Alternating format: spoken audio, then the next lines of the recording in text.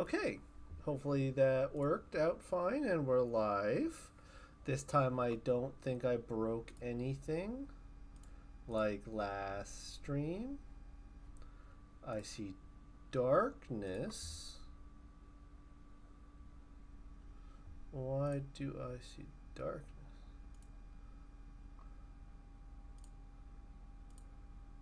I swear, why do I always break things?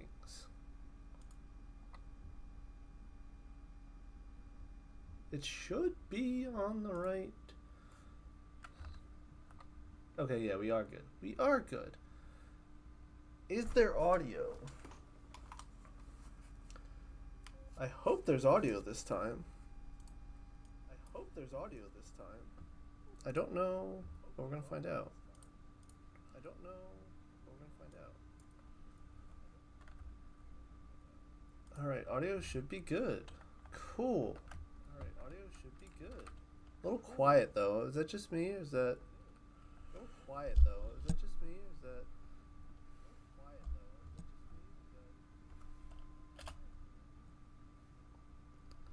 So let's go ahead and sort this all out. Let's go ahead and sort this all out. I feel like I'm quiet. Am I quiet? Test, test, test, test. A little bit. Hold on. Let me...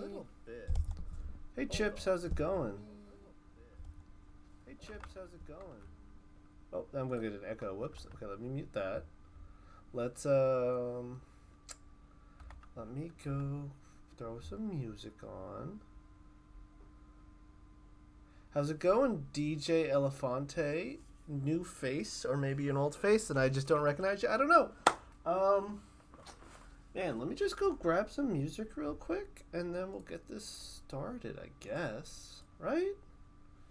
How's my how's the volume? Because on my end, the volume seems a little quiet. It could just be because my headset's probably low. What's up, Lim Tops? How's it going?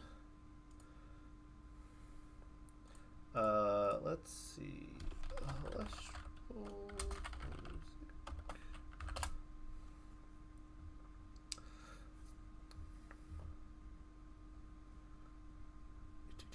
Where is... I'm trying to find the playlist for the Elestrals music. I should probably just okay, here we go. It's on Tailwind's YouTube. That'll work.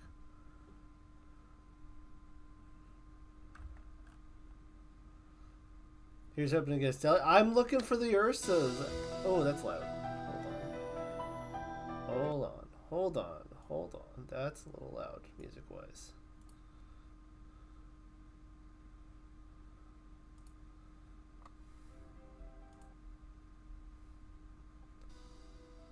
Alright, that should be a bit more reasonable for the music. And Morden, yeah, I recognized your, your username. Hey, Keeps. Alright, so let me show off the box real quick. Let me show off... Okay, hold on. Hopefully that's working as it's supposed to. Now you can see my entire face. Yes, you can. Hope to play in the tournament tomorrow. I can't make the tournament tomorrow. I gotta work tomorrow. It's lame. Also, I'm not sure if I'm allowed to play in the tournament because I do work for Elestrals. I'd have to check. But we're here to show off. Look at this thing. Look how pretty that box is. Legitimately? Like, compared to the other box, like, they went way harder on this. Look at that art. All the little, trees and stuff. I thought they were penguins at first, but, like... And there's 2 whole booster boxes in here. A couple starter decks. Like... all the stuff. Daybreak boxes will be hype. Yes, they will be. Oh, there's even a bunch of Elestrals inside the box. Hold on, let me pull everything out. So I'm definitely opening the blisters. Oh, there's 4 blisters? Cool, I'm definitely opening the blisters. I'll read that card in a second. I got some extra promos, which you guys can't see. I should probably do that. I should probably turn on my ring light. Anything that shows webcam for Sundays and out this. Yeah, I'm busy whenever there's an... Like, if there's a tournament, assume I'm not making it because I'm busy. Like, it's so upsetting So I did get 2 starter decks in the box. I will not be opening these because I opened my other starter decks that I wanted to keep sealed for my collection. Start making Chips, go make Elestrals content. Do it. You know why I made Elestrals content to start? Was literally because nobody else was doing the videos I wanted to watch. And my early stuff was terrible, except my first video. My first video, fantastic. Go watch it. But the majority of my videos are horrible in the early. Like, I go back, every video you make, you look back and like, this video is not great. And people say, oh, it was awesome. Sure, but just make something. You know, just have fun with it. Like, if you have fun with it, other people will have fun with it, is what I've come to learn. And be hard on yourself, but don't be hard on yourself. Like, improve. Use the I could do this better to improve, not to say I'm not going to do this again. If your content's bad, it's going to be. If you think your content is bad, it's not. And if your content's bad, you'll get better. So just practice, improve. You know, I didn't know video editing at all until this, and now I'm 200 videos later, and I still don't know video editing, but it's better. So I'm going to open one box. I'm going to open all the blisters, and I'm going to save a sealed box. I might do a box giveaway. Don't quote me on that, but, like, I have one of everything except for, like, one full art now. So I might give away a box in the near future. So keep an eye out for that. So we're not going to open that other box. We're going to open box, blisters, Shattered Stars, and then I got to get to bed because I got to work tomorrow. Oh, also, I got to represent. Hello, all the Emperor Watts. Let's go. I got the Emperor Watts shirt in with this as well. I ordered the Emperor Watts stuff separate, and it just happened to come on the same day. So, yeah. Let me go real fast, go tweet out that I'm streaming, and then we'll get cracking on stuff.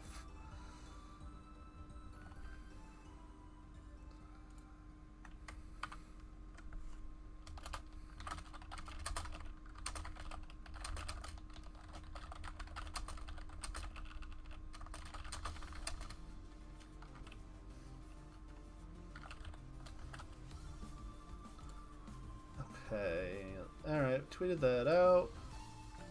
Alright, so let's start with the, got our timeline card here. My autofocus has been really wonky recently, so I don't expect it to really focus that well. But, yeah. Hey, Graveship, how's it going? Helen, I wasn't going to stream, and then I got home, and all this stuff showed up. So here I am. I figured I'll just jump in. Oh, that reminds me. Before I go too far, I should probably put my phone, which is currently my camera, on Do Not Disturb. Probably a good idea. But yeah, I figured just, I got home, I got all this stuff. I kind of want to open it now. So I figured I might as well stream it. But yeah, there is our... nothing really changed on the roadmap there. You know, witness the relentless attack of ice and snow as the frost element comes to Elestrals. Building upon base set, Frostfall offers an additional element, literally and figuratively, to the game for casters. Freeze your opponent with the aid of Fluttermine, the Chilling Frost Spirit. Unveil Arctic runes and awaken the depths of the underworld. Beyond the mountains of Boreas, newly discovered Elestrals emerge from the trappings of ancient ice. Others, like the mighty Cryoscorch, harness the power of 2 elements. Do you have the courage to wield Glacial Might? The world of Elestrals ascends with Frostfall. Dan, aka A-Drive, and the team. Look at that. That Cryoscorch art is new, right? Bob. Okay. So we got stuff to open, right? So you don't want it, I mean, I don't want anyone's text to go while I stream because that's my private stuff, and sometimes I forget to put on my stuff. Anywho, let's start with the Shattered Stars. I'm not going to open the promo cards because I have these already. I might also give them away. I don't know. We'll get back to those later. Let's just start by cracking Shattered Stars. I have all the Shattered Stars cards except for some sellers, so no big deal if I don't get anything crazy here. Go Hydrake, Aeromare, Glidestill, Exaltair, Peliquarius, Stained Glass Pantera, Never a sad sight to get. Move it on. Move it on. Move it on.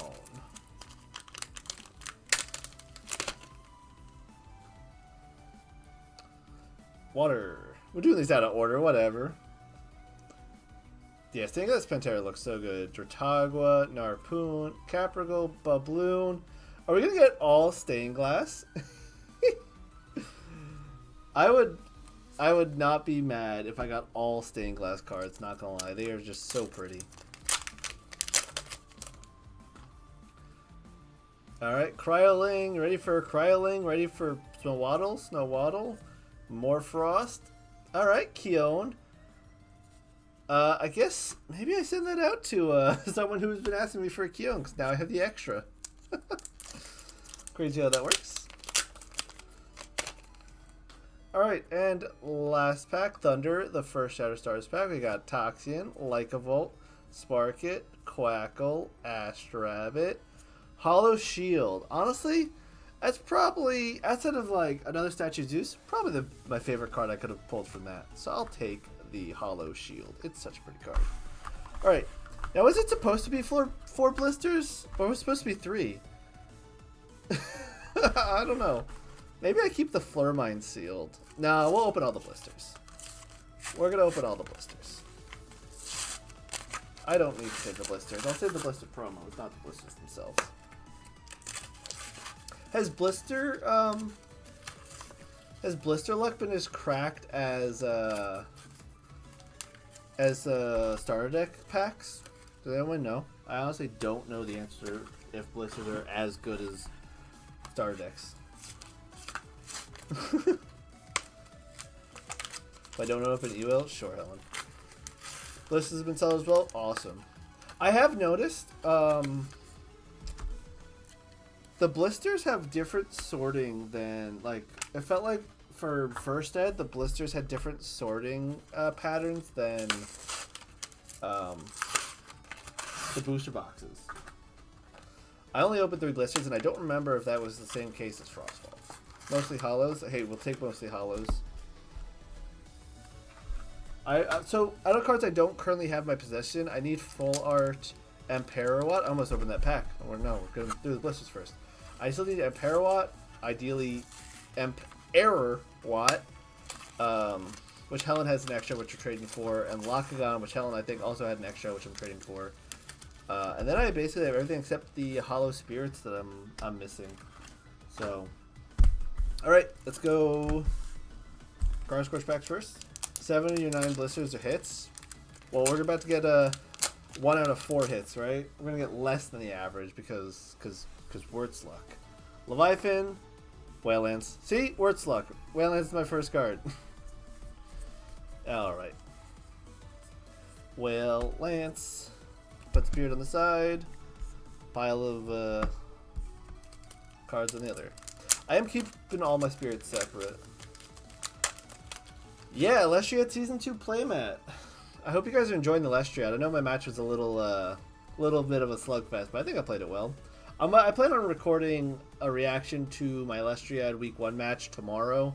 Probably posting that Monday. And then also I want to post another video going over the teasers for Set 3.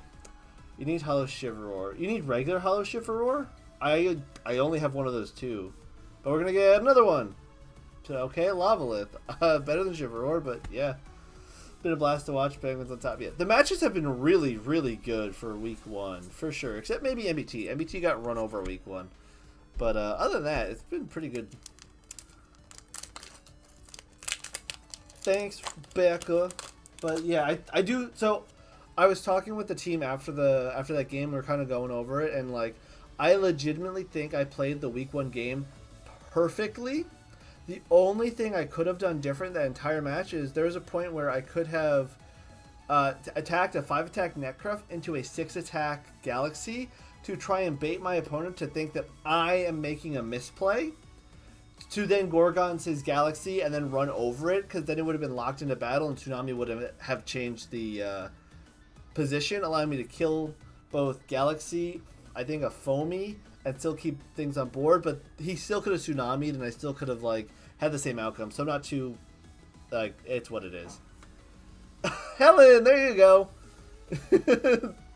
There's your Shiver. Called it. Venus Panzer, Smoky, Ursaden, Platypus, Stratagua. So I will say, for the Elestriad, since it's a limited pool, I have been really, really careful not to mix up my Elestriad cards with my regular collection, just so I don't have to accidentally like play a card I don't have in the Elestriad unlocked. Tretless into... That's one of the spirits I needed. I think I needed Flurmine and Lycaris. We'll take that. These have been... These are good packs. I'll take it.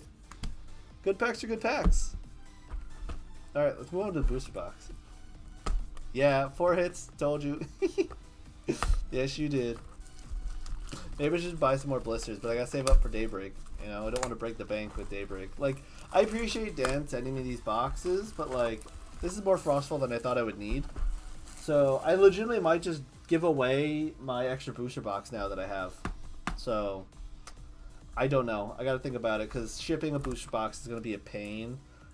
And I don't want to say no international, but the past couple of international stuff that I've had to deal with has been... Oh, oof. Alright, Cryo Scorch. Normal Cryo Scorch. I think Hibafin is underrated. I do think it's a good card. I think it's missing pieces for the rest of the deck. But did you guys see the spoilers for today? The, not spoilers, they're previews. They're official. The previews for the Earth stuff today, like... Mudlet plus Hibafin? Will we ever see Stellar Scorch? Maybe. Actually, Graveshift, funny fact. It was actually leaked to like 2 people, so like 2 people have seen it, and no one else has outside of staff, but it is a pretty cool looking card. Growling, Bubloon, Cyanectar, Morphrost, Pangoa, Permafrog, a little scammer, Lavalith. We'll take a second Lavalith. Yo, I'm going to get some Lavalith stacks. It's going to be great.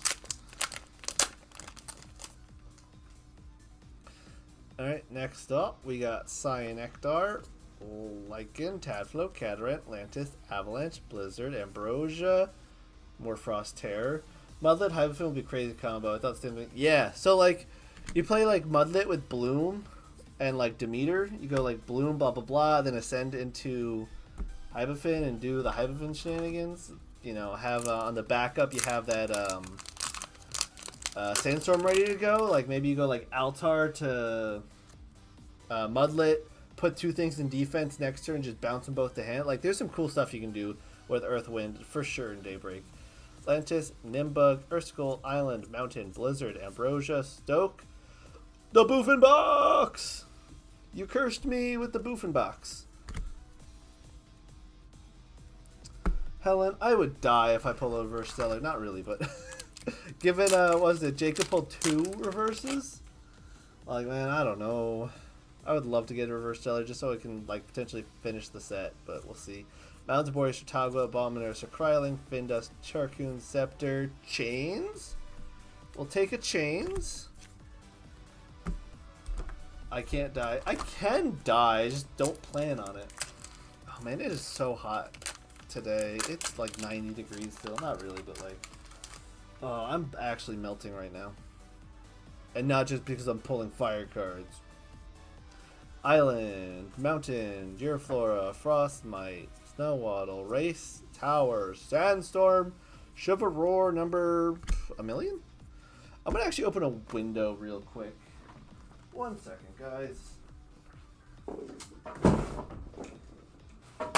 Hopefully that wasn't too loud. Oh, hi, Peppy. My dog just walked in. He's like, yo, what you pulling? I'm like, straight fire. It's my dog. It's when my dog walks in, right, Pep? I don't keep my door closed, so he just kind of walks through the curtain to the door. Cyprong, Tadflow, Giraflora, Frostmite, Snowwaddle, Charcoon, Scepter, Avalanche, Moralith. I will take Moralith. I'd pick up him, but he just laid down. I'm not going to be cruel to him. Right, Pep? You good boy? He's chilling next to the box because the box is in his normal spot. That's normally where he he sleeps when I'm at my computer. He usually just curls up next to my chair and the box is in the way, so he's up against the box. Bob, Erskot, Island, Mountain, Funglow, Tower, Sandstorm, Cryovern, and Frostix! Let's go! Best card in the set! No, legitimately, I do need more Frostix. I will take Frostix. Do the Elestrals cost the air conditioner? I mean, I would say yes, except for the fact that, like, this is the free stuff that Dan sent me, so... No, it didn't, but, also the AC in my room sucks. The AC in my living room is fine, but in my bedroom, like, the AC in here is terrible. So I just have a ceiling fan going, which you can kind of see going there.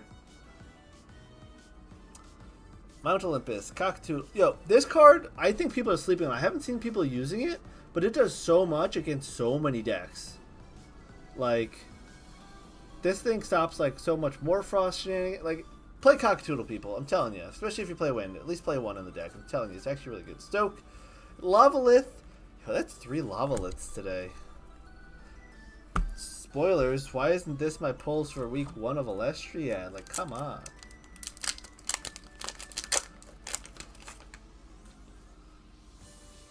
Mountains Boys. Funglow, Horbril, Cyprong, Tadflow, Blizzard, Ambrosia, Stoke the Forge, Flamamoth. Man, this is just a lot of fire, this box. Also, I need to double check something on... So I told someone... Yeah, when a player casts Thunderstorm... Yeah, this isn't a once per turn. If you get Thunderstorms out, you can just spam out Brontiglow. It's crazy. People got to play Funglow more. I think it's actually a pretty interesting aggro Thunder deck if you play Thunderstorm Funglows. Man, Lavalith pulls... Yeah, I'm pulling a lot of Lavalith. It's crazy. Oh, they will know if I just start playing Lavalith and like people are fiending for Lavalith in the Elestriad, so they will know if I pull it. Narpoon, Giraflora, Frostmite, Frigicup, Neanderthal, Panther, Brontiglow. Speaking of Brontiglow, but yeah, I'll break the veil a little bit on the Elestriad. So I just played my week 3 match yesterday afternoon. So we're getting through it. It's been so interesting, and everyone's been amazing. Like the whole team has been awesome. Like legitimately, like our team I think is the best team that we could have possibly got. Hey, it's one of each lit in this box. Make Thunderstorm a counter rune, Thunderstorm Rolling Thunder. To do what? You want to make counter Thunderstorm pop something? What's it gonna do? A counter rune Thunderstorm would be cool, but what is it doing? Rolling Thunder. What is Rolling Thunder? At your at the end phase, destroy all cards in board. Done. Broken.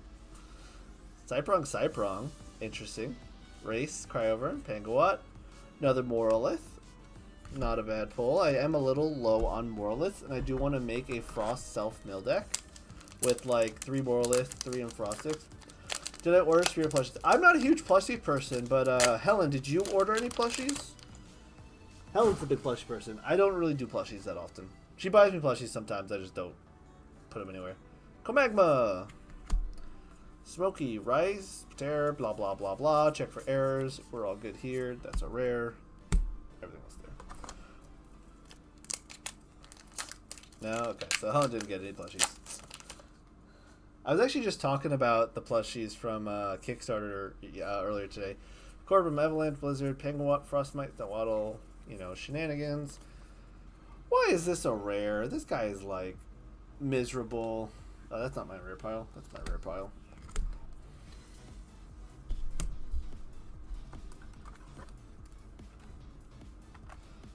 Let me just double check. Alright, let's restart this playlist. Playlist is almost over. Alright. Still have your Spreader plush in the plastic. Mint condition. Alright, Cryoling, Volcanic, Paloth, Chillotl, Earth Scout, Cryovern, Pangawatt, Permafrog, Iwily. So how many hollows have I pulled so far from this box? So it's 1, 2, 3, 4, 5, 6, 7, 8, 9, 10, 11, 12. I think I already got my 12 hollows from the box. So we're just going to go through these a little bit quicker. Cryo Scorch, the enemy. The enemy! The enemy! Penguins all the way. Check for errors. Yeah, I don't know. Iwilly's just not good, guy. People will tell me like, oh, it board wipes your opponent. If you're board wiping your opponent with an Iwilly, you deserve to win because there's like no way you should let that happen.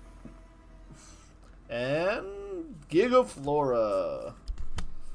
Stoke, ride, blah blah blah. Check for errors. Rip, yes. Rest in peace, all the Cryo Scorches. We're gonna go. Even though there's already been at least one loss, we're going to go 7-0 week 1. Telling you, Zaptor and 2, Poison Nectar, Sandstorm, Tower, Race, Giga, blah, blah, blah, blah. Need better elephants. Yo, people are sleeping on Ivory. Not going to lie. Ivory is actually pretty good. Iwilly, mediocre. Ivory? Play Ivory. The Ivory Typhlin's actually legit. Ooh, that card actually came out of the package, like, double dinked. Huh. Sad like Chris. Emperor Woo! Normal Emperor best card in the game! Represent! Emperor Oh, this pack is actually... This Emperor is also dinked up. It's a beat up pack.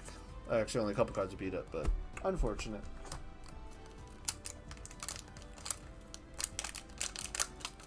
Elephant Tribal. I actually might want to do that as a meme deck. That sounds like fun. Cyprong, Tadflow, Urskull, Island, Bound, Step Forge, Rise, Race. Hold up. That is a... Those 3 cards go together. Did I get my shirt early? It just showed up today with the rest of my stuff. I did not get a shirt from being in the Elestriad. I had to order it myself. But I'll represent myself. It just came in with the rest of this, so I got myself 2 shirts and a sweater. Obviously, I can't use the sweater yet, but hey, I literally grabbed the shirt, put it on right before stream. Wait, hold on. This is a normal ordered pack. Do we get a holo this pack? Sandstorm? Nope.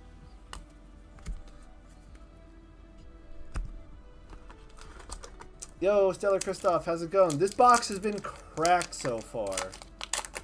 Anyone here know about the shipping issues currently having? There's something with like a disconnect between the 2 fulfillment centers, so they were like working on something. So there was a delay until Monday, I think. So some people got their shipping labels, but the stuff doesn't ship till actually Monday. Something weird. I was reading through Discord and I don't remember what it was saying. But if you have any questions, you can always contact the team. They'll get back to you probably in the morning. Flurmine, Poison Nectar, Sandstorm Tower, Race, Cypron, Taflo, Catarant, Atlantis, Nimbug. But yeah, I'm pretty sure we 1, 2, 3, 4, 5, 6, 7, 8, 9, 10, 11, 12. Yeah, we definitely got all of our like normal hits in the box. We're still looking for Spirit and Full Art. Mountain, Funglo, Gear, Flora, Panzer, Smoky, Riceros, Woolly. But yeah, speaking of Iwilly again, like legitimately maybe Poison Nectar should have been holo. It would have been a really cool holo, but it also doesn't have enough use cases to be holo, I don't think, right now. Like, what do? Stop Nectar and stop Fruit. That's about it with it. But maybe in the future, when there's more reasons to print it at higher rarities because it's better, I don't know. Cryoburn, Polaracne. This would have been a really cool holo. Like, if... Yeah, I've been having really bad stellar luck this set. Yeah, it stops Aphros, that's fair. How many people are playing Water Nexus Locagon, though? I think most people just play, like, combo stall Locagon to just blow stuff up at the end, but I see a world where Aphros Poseidon makes it in the deck. Ricea Ridge. Flurmine, Terror, Neandersloth, Ride, blah, blah, blah. Helen stole the luck. I would, like, I think my biggest, like, want from this set would be an Emperor Watt. I would love to get the Stellar Full Art, but not in the cards probably. Zaptor, Polaracne. Check for errors. Yeah, I don't it's not a bad idea. I just think that, like, I feel like you can do better with those 6 slots. Like, just play Nectar of the Gods over it, because Nectar of the Gods into Sluggle or Jotagwa just recovers spirits anyway. Foley, Ursa, Platypulse, Brahmin, Ursa, Kryling, Rise, Race, Tower, Iwili. A lot of Iwili. I guess I have to play Elephant Tribal as a meme deck. Ooh. This pack is upside down in the box. Why is it upside down? Let's find out. So where there's an air pack, 10 sellers coming in. Okay. It's upside down in the box, and it's a Zaptor. So the upside down thing meant something, I guess. I've pulled, I think, 4 Holo Zaptors now. Something ridiculous like that. Like, legitimately, I have pulled a lot of Holo Zaptors. A lot. Like, too much. Too much. Alright, Zapdos, Polaracne, Scepter, Avalanche, blah, blah, de blah, de blah, blah, blah. Do you guys see how many people signed up for the tournament tomorrow? It was like 44 when I last checked. It's actually getting pretty good. I'll play it too. You can take one of these Tuesday tournaments. The next Tuesday I am free, which probably won't be for like 2 to 3 weeks, given my work schedule, plus I'm going on a mini vacation with Helen's family. In like 3 weeks I'll play Elephant Tribal. I'll write it on my whiteboard. I will literally write on my whiteboard Elephant Tribal, and I will work on a Frostwater Elephant deck. Or maybe I'll play some app games with it. If I make some app games, I'll play Elephant Tribal in an app video. Catarant, Fandust, Charkun, Scepter, the enemy! Who do we call the enemy? The enemy is Cryoscorch, and the Cryoscorch is the enemy. But Helen, I just made a reference to, like, your favorite musical. Helen, you have a good night, though. Sleep well, don't die. Hello? That's 2 Holo Spirits in this box. Double Holo. You know what? I think I'll take that over the full art. If that means I don't get a full art in this pack,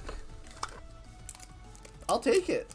But if that means I get an extra full art in the pack, that'd be cool. But I like the Holo Spirits more than the full arts right now. Because full arts are cool and all, but like, I do want to, like, it'd be so cool if I make a Holo Spirit. Hey Carp Boy, how's it going? You are coming in at the end of the box. So yeah, end of the box. We're looking at probably no more Holos for the box because I got 2 spirits instead of a full art. But again, I do like the full arts, so I have one more box that I could open. I could open it. I don't know. Do I open the other box, everybody? Or, you know what? I do have a referral link to the Elestrals website, right? So that referral link, through the referrals that you guys have, tomorrow's tournament is webcam. I already have a box I'm saving, Grave. So my referral link is almost enough to pay for a box. So maybe what I do is when my referral link gets enough money to buy a box, I will buy somebody a box as a giveaway. I think that's fair. Well, once my referral link gets me to $129, send someone a box with a referral link as a thank you. I think that'd be fun. What do you guys think? You know, they're ones buying products, like give back to community with more product to give them back. Ooh, wait for daybreak. That's not a bad idea. I think I'm going to crack the other box. You know, I got these boxes for free. I'm going to crack the other box. Let's crack the other box. I'm in crack box world, right?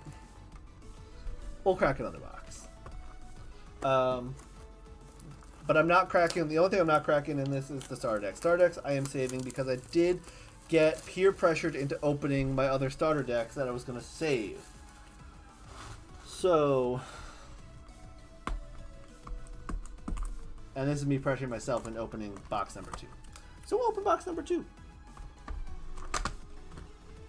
And normal. Dan, where's the rigged luck? Come on. I don't know what's going on with the fulfillment center. Is it normal for that art? Hold on. Yeah, huh. Cool. Alright, box number 2. We're going to send it. We're going to go through this one kind of quick because it's late. Blah, blah, blah, blah, blah, blah, blah, blah, blah, blah, blah. Emperor what? The referral link. Oh, I don't have it linked in this description right now. Let me go grab it real fast. I will go grab the referral link and throw it in the description, hopefully, if it will let me.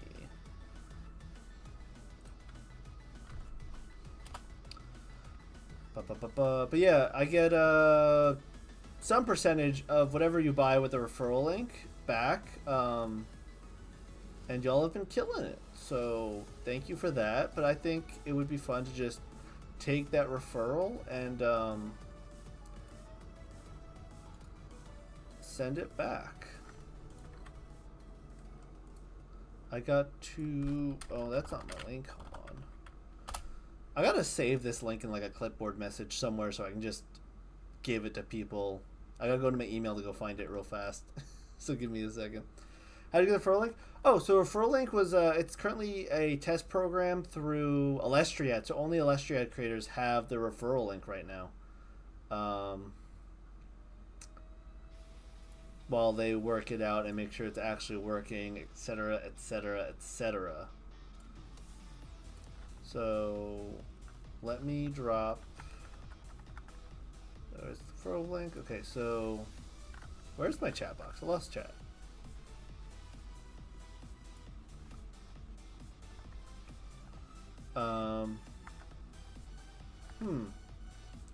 I lost my chat box. Stream set edit.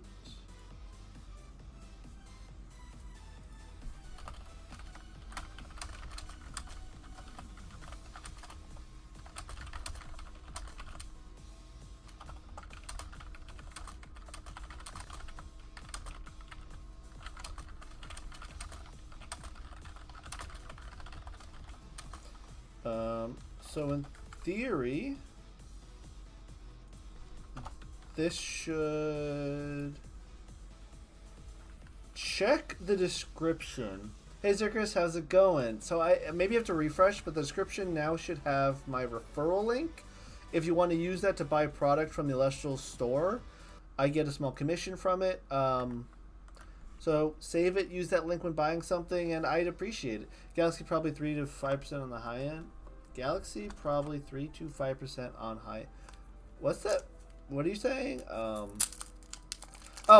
the order percent. I think it's actually 10%. I'd have to look it up, but it's.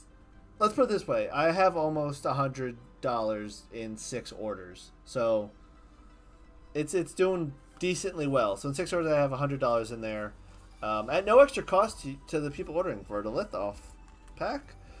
So it only supports me, basically. Would you just randomly give it away, or would you do some content? I'll probably do like just a random giveaway to people subscribed or something. I don't really know. I mean, I do want to do a giveaway contest of some kind.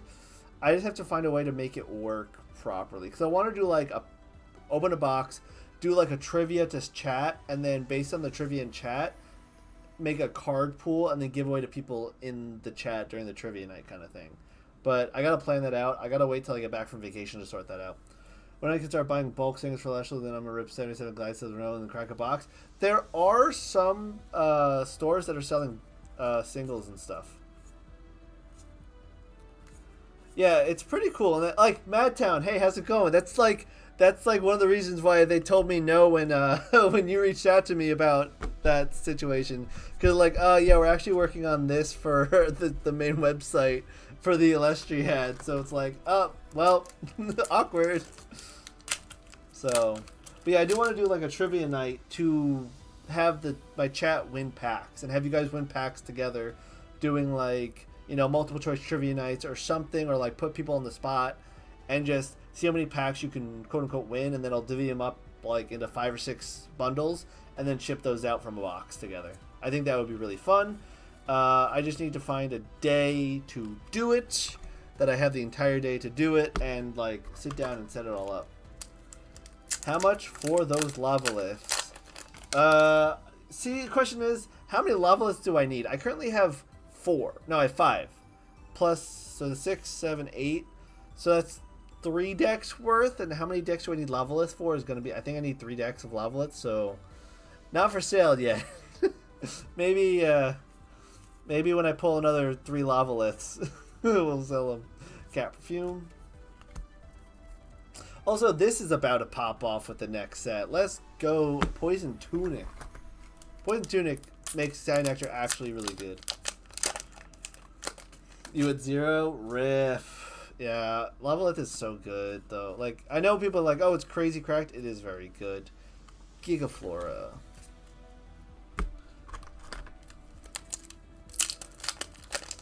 Poison Tunic paired with Argo. Yes! Yes, exactly, Graveship. Exactly. But also just Cyan Nectar, Poison Tunic, Ascend to Wasp Ivy, crash over your Elestral, deal 2 damage to your face. Hello? Like, that's really good in its own. Like Hephaestus. Ooh, change Prometheus. Like Hephaestus, Wasp Ivy. Hello? You have like 6 copies of Tunic, 9 with Argo. But then you just Gorgons their Cyan Nectar, and then they get really sad. So like, there's ways around it, but Namisal, Charcoon, Scepter, Avalanche, Brontiglow. Remember the Elestrals game show video last summer? Which Elestrals game show video? Oh, was that like my Jeopardy one or something else? Am I missing? I do want to do another Jeopardy with people. Jeopardy was really fun. That video was like, legitimately, if you look at Elestrals Jeopardy, that was one of my favorite videos I ever made. Just hanging out with everyone doing a quiz show. That was super fun. And Element Spreader Search. Yeah, Spreader Search too.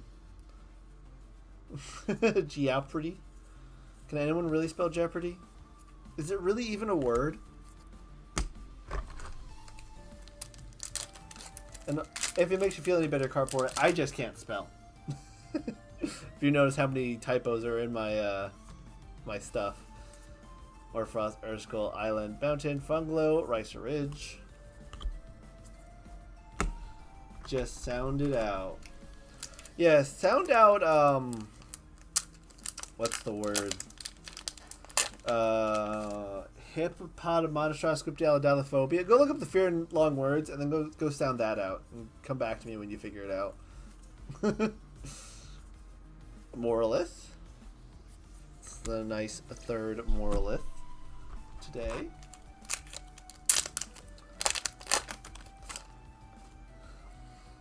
Catarant, Atlantis, blah diddy blah diddy blah. Lockagon, first Lockagon of the day. That's my 5th Lockagon. Oh, you know, I probably can't. I shouldn't tell you guys too much what cards I have because I did pull some cool stuff in the Elestriad. So I should probably keep the spoilers on the down low. But Elestriad is fun. What do you guys think of Elestriad right now? Like, how are you guys feeling with the matches so far? Asma, Rana, Marta, Dastin, Koldakar. Yeah. Stop cooking, DJ. Yo, the fact that Asma was actually, like, a tier 2 modern deck right now is wild to me. Like, people actually have to, like, be aware of this meme card that's actually doing really well. Like, yeah, so the deck profiles things, I'll talk about that. So Dan said that we're working on, so what we're doing on, and it might not happen till week 3 because there's lag time between the edits. We are going to be putting more creator commentary, deck talking, and maybe some memes here or there by the creators into the future Elestriad stuff. So it's coming.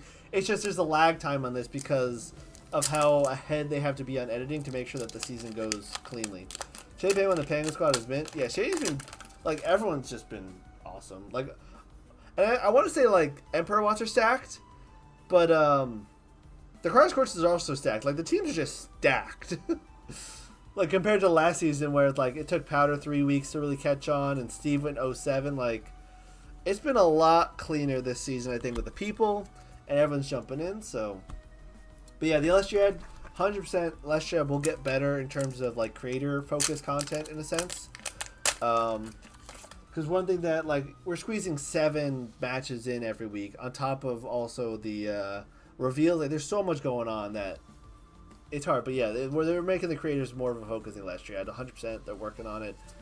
And they gave us some new directions to make sure that we have some extra things to go on. And you're going to love, I'm going to give you spoilers, you have to watch Week 3 of Swolax.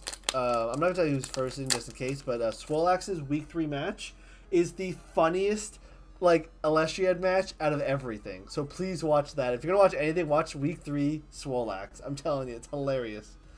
Were you asked to participate in Elestriad, or did you ask? Both, Stellar, Christoph. So, for Season 1, I was asked, sort of, to compete for it. In Season 2, I said, hey, I'm available. Wink, wink, nudge, nudge. Well, I got a little mark on my screen. And Dan basically said, no, we're looking for, new faces and faces that will bring more people to Elestriad. The Elestriad is kind of a marketing thing. So me being already prominent in the community, I'm already going to make Elestriad content around the Elestriad. Like, it's not really a super smart option to pick me for the Elestriad from the marketing side. But Dan ultimately picked me, and I think I was the last minute pick, but I'll take it. I'm in. Coder went down the first round and perhaps will claim victory. Yeah. Coder's something this season.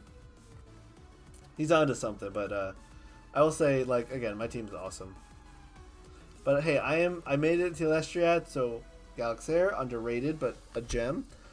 I made it this season. I will take that. I'm no matter how I got there on the hairs by my chinny chin chin, but I made it. I'm in, and it's been a blast, and everyone's just fun. We're just hanging out, playing games, and trying to beat our opponents.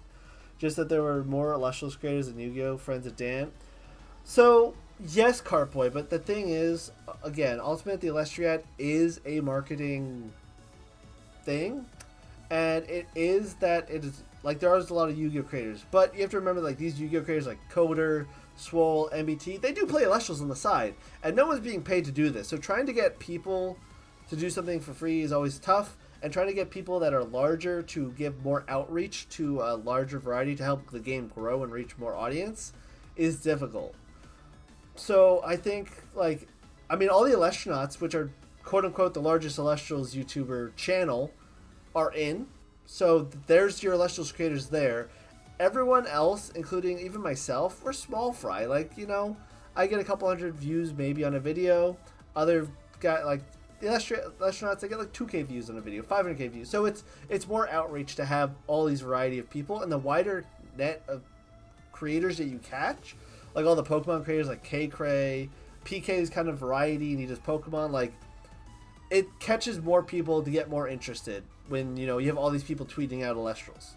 So ultimately, it's fantastic that all these people are interested in playing Elestrals and spending all this time. So I'll tell you, the requirements that were given for the Elestriad is 1 to 2 hours a week.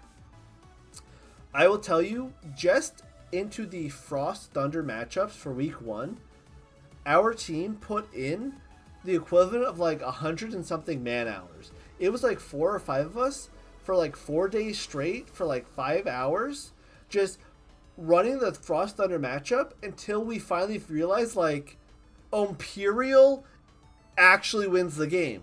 That's why in MBT's match, he didn't play Imperial. Once we realized, like, oh no, this matchup is terrible, we played like 5 hours a day just jamming games and having fun for like 4 days straight, and we realized Imperial is the way. Play Imperial and we can win a game. So that's where the Imperial came from. Like, legitimately, Imperial came from oh my god, we're not going to win. Hey, Wasp Ivy, going to be good next set. To, oh, how do we win? Quick. And then it was 1 in the morning. And we were talking about Volt Tempest. It was Trishula, myself, and Swole. No, Swole wasn't in the call. It was Trishula, myself, and someone else. And it was 1 in the morning, and Trish was... Oh, no, Swole was in the call, but he stepped away for a moment. So it's Trish and I talking. And we're talking about, like, oh, man, if only we had, like, Volt Tempest and stuff. I'm like, well, Imperial's kind of like Ghetto Volt Tempest. And Trish just goes, you know what? Hold on.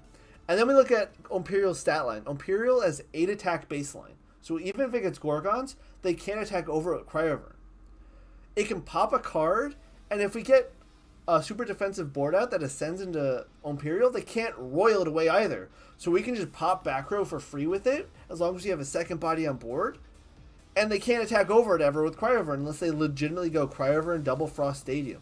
And even then, it might not be big enough because of all the Thunder Spears in his Thunder deck. It was like 400 IQ. Swalex came back to the chat, and he's like, I could see it, and then we explained everything, and he's like, oh my god, we're cooking. That's it. That's how we win. So that's what we did. That's why the Thunder players played Imperial after MBT's loss. We just figured, holy, we need to figure something out. Circle of the Sky. And we realized that legitimately Imperial wins the game as long as we get it on board. So it just became, how do we get it on board? We rabbit circle. So we started playing 3 Circle of the Skies and 3 Ash Rabbits to circle onto Rabbit to dig for more cards, to go more defensive, and drop Imperial on board. Like, that's how it happened. Legitimately, it's amazing. Yo, like, Shipper number 3. Yeah, the Imperial domination's crazy. Like George was not prepared for it, and there's a moment where you can see in the video when he goes to cast Royal and it hits Spark It instead, he just kind of goes, oh, like, I forgot that I can't hit the Imperial with it. I remember back when Imperial was the middest card ever. I can't believe it picked up this long after its release. Yeah, so Imperial's not a bad card. The problem with Imperial is that Signectric is horrible, right? If Signectric was good, you would play Imperial because it's just a 2-for-1 most. Like, Imperial's the 3-drop Lava with better stats. That you can do it on repeat, right? It's so hard to get out. So if it had better ways, easier ways to get out, but hey, in a limited format where they have limited removal and counter options, pretty easy to get out when you can't beat over an Ash Rabbit. So you go Ash Rabbit, Nexus Shenanigans, plop, done, right? So that's where that came from, and you'll see more of it throughout the season. Like, our Thunder players are cooking with the Circle of the Sky tech. I'm telling you. At the end of the Celestiad, if there's like a Circle of the Sky counter, it's probably going to be like, or an Ash Rabbit off Circle, it's going to be like 100. We're cooking with it. I'm telling you guys, Circle Ash Rabbit is the new way of life. You need to put it in every deck. I'm telling you, it's so good. It's done so much for us in Celestiad, and you're going to see that. Circle. Oh, I put this in my rare pile. Whoops. Rare pile. But yeah, the Circle Rabbit tech, and in my week 3 video, I hope it makes it to the audio. I'm literally like, I'm gonna take a note from my teammate's book and do Circle Rabbit. So we're cooking with it. It's been good because think about it. It's you duality twice, draw once. Like, it's really good. And it's surprised it took us this long to really figure it out. But again, limited removal format, so you can get away with some more cheeky combos. But, like, they're good. Yo, what's up, the Pie Face? I really thought you were going to pull a classic Spark and Juice turn 1. Love how you're using so many broad strats. Yeah.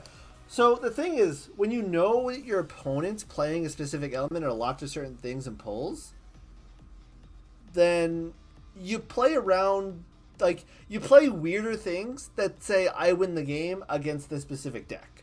And it's harder to do that as you go later into the Elestriad. But the first week you saw, like, once we put Imperial in the Thunder decks and changed up Thunder deck, we won those matches. So you'll see that as we go into the later Elestriad, it becomes more of a constructed environment. But early on, it's just, what are my opponent's win cons? How do I out it? And how do I beat them? And it works, like, you know? And it's what they did too. They go, how do we beat these players? The enemy! So, you know what would have been more embarrassing than pie face if that up that you put the asterisk on was also misspelled. But we don't mind typos here. I'm the typo king.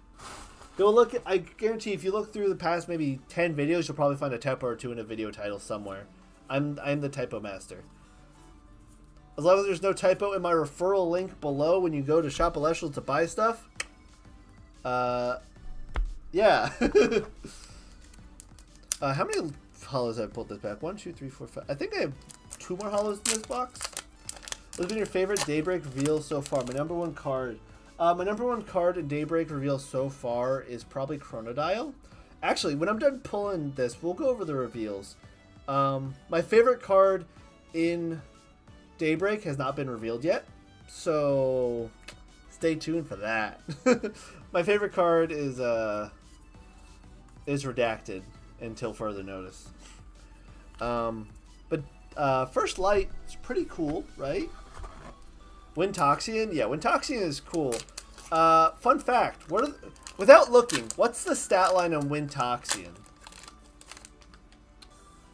Go tell me right now, what's the stat line on Wintoxian? I bet you get it wrong, because I keep getting it wrong. Okay, correct. What's the stat line on regular Toxian?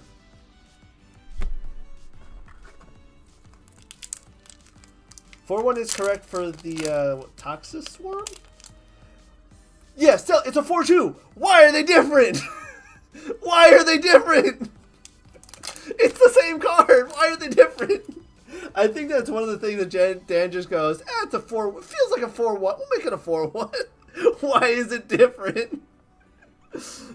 Toxian's a 4-2.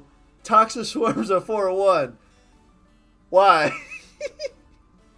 It's the same card. This isn't like a Sluggle Quackle situation, because Sluggle's way more speciable, so it gets less defense. This is just like, why?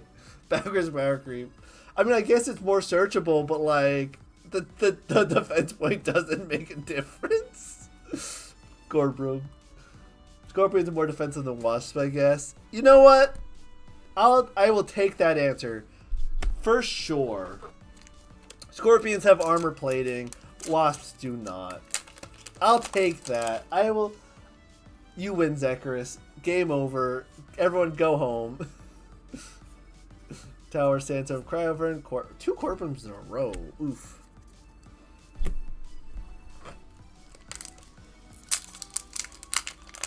Yeah, Jackin's been really cooking with the art.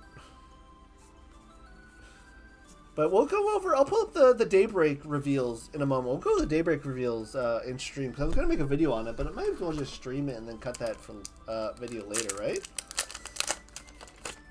Trust is for balancing. What is Verituka? Verituka got shown off, right? Again, A-Bomb's going in the hollow pile, because A-Bomb is good. Are you going to too many games? So, I would, and I was going to. However, I am going to my girlfriend's family reunion on the same day, so I cannot make it to too many games, unfortunately. Wintoxian plus Exalter plus Tower of Winds. Windbird's going to be fun next set? For sure. It's definitely looking interesting. Charlotte, Earth Scout, Foloish. I have pulled so many full art Shiver-Roars now. Oh, my last 4 full arts I've pulled have been Shiver-Roar. What is that? It's a beautiful card, but like, I got to place it in a half now. Wrecking Art's another artist that's popping off. Wrecking Art specifically got hired to do full arts, and they are so good at it. They are so good at it. Alright, Sandstorm, Cryovern, Pangawatt, Volcanic Force, Nemisail, Corporal, Cyprong, Tadflow. 3 Lycoris today. It's a lot of Lycoris alt-arts. Or not alt-arts, but hollows. Do you have Frostfall Master Set? Mine's reversed.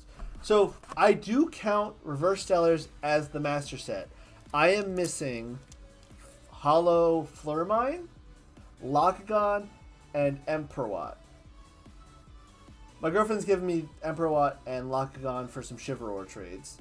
And then I gotta find the Flurmine. And then I do need to find the Emp Aerowatt and the Reverse Stellars. I will find a way to get those. If I have to buy them, I'll buy them. I think they're going for like 150 each or something like that I saw. I'll figure that out, but I do want them. But I'll figure it all out in... Like, I was waiting for this box to come, because this is going to be probably the last box I crack. And then we'll just buy the rest of the pieces I need. But I'll show you what I'm missing maybe later. I have the collect thing updated, so...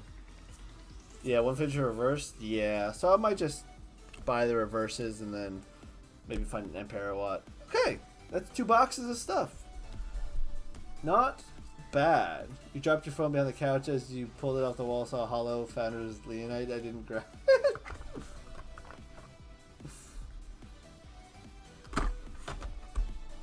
Hey, Leonite's good. I don't know what you're talking about. Alright, that's 2 boxes down. So, those are some solid pulls. Now, Leonite's goated. You can't be mad about Leonite. Leonite's good. I like Leonite. Alright. I think that's a pretty solid pull. We got, what, 3 Lavalith, 3 Chivalrors, 2 Waylands, 3 Morlith, 4 Vertilith, 2 Chains, 2 Flammamoth, a Locagon, and an Enfrostix, which I'm low on, 3 Lycoris, a Zaptor, a Circle. I did get shorted 1 full art, but that's not bad. That's not bad at all. I'll take it. So why don't I go now and let's go pull up Elestrals.com and let's go over the reveals for Daybreak before I get off today. Let me turn off this light. This light is, I'm sorry, this ring light is hot. Holy ring light. But it makes the cards look better. Daybreak reveals.